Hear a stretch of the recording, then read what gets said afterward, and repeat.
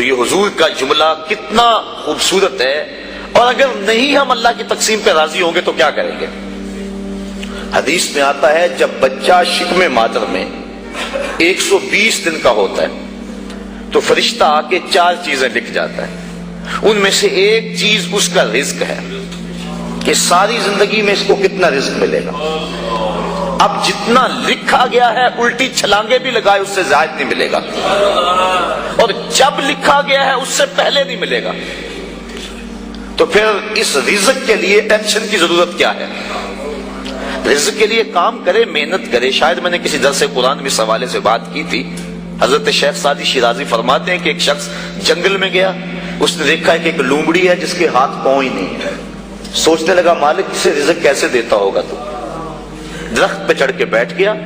تھوڑی دیر کے بعد شیر آیا، اس نے شکار کیا اور پس خردہ چھوڑ کے چلا گیا۔ وہ رینگتی رینگتی آگے بڑھی اور پس خردہ کھا کے پیٹ بھر لیا۔ اب اس نے کہا کہ جب اس لومڑی کو اللہ عطا فرماتا ہے میں تو اس کا بندہ ہوں، میں کیوں محنت کروں؟ اس نے محنت چھوڑ دی۔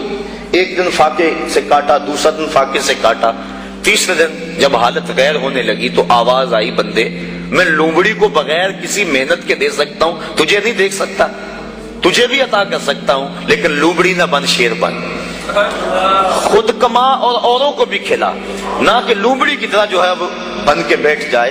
یہ بھی حکم ہے محنت کرنے کا، لیکن محنت کرنے کا، سعی کرنے کا حکم ہے، ٹینشن لینے کا حکم نہیں ہے۔ ہماری ذمہ داری نہیں، ہمارا کام ہے کام پہ چلے جانا۔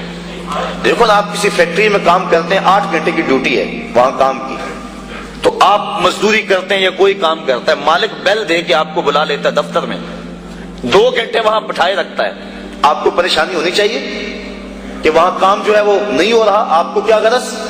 جس نے کام پہ لگایا اس نے بلایا، مجھے تو مہینے کے بعد پوری تنخواہ ملے گی چاہے سارا دن بٹھائے رکھے۔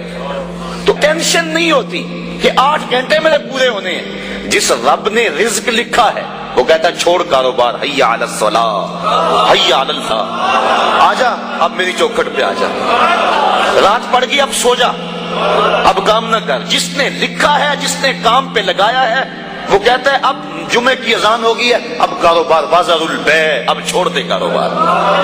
تو اب جس نے کام پہ لگایا وہی تو بلا رہا ہے، اور ہم کہتے ہیں تیرے بلانے پہ نہیں آئیں گے۔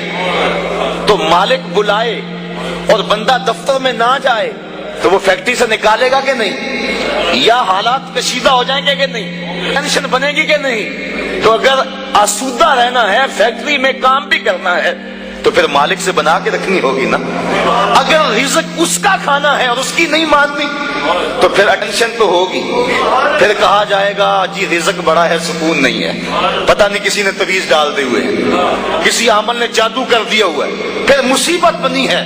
لیکن اگر اس کی مان لیں، جب کہتا ہے کام پہ جاؤ کام پہ چلے جاؤ، اور جب کہتا ہے مسجد میں آ جاؤ مسجد پہ آ جاؤ، اور جب کہتا ہے اب سو جاؤ اس وقت سو جاؤ، کہتا ہے اب تہجد ہوگی اٹھ کے مصلی بچھا لو، مصلی بچھا لو، جو کہتا جائے کرتے رہو، تمہیں ٹینشن نہیں ہوگی، زندگی کی بہاریں نصیب ہو جائے۔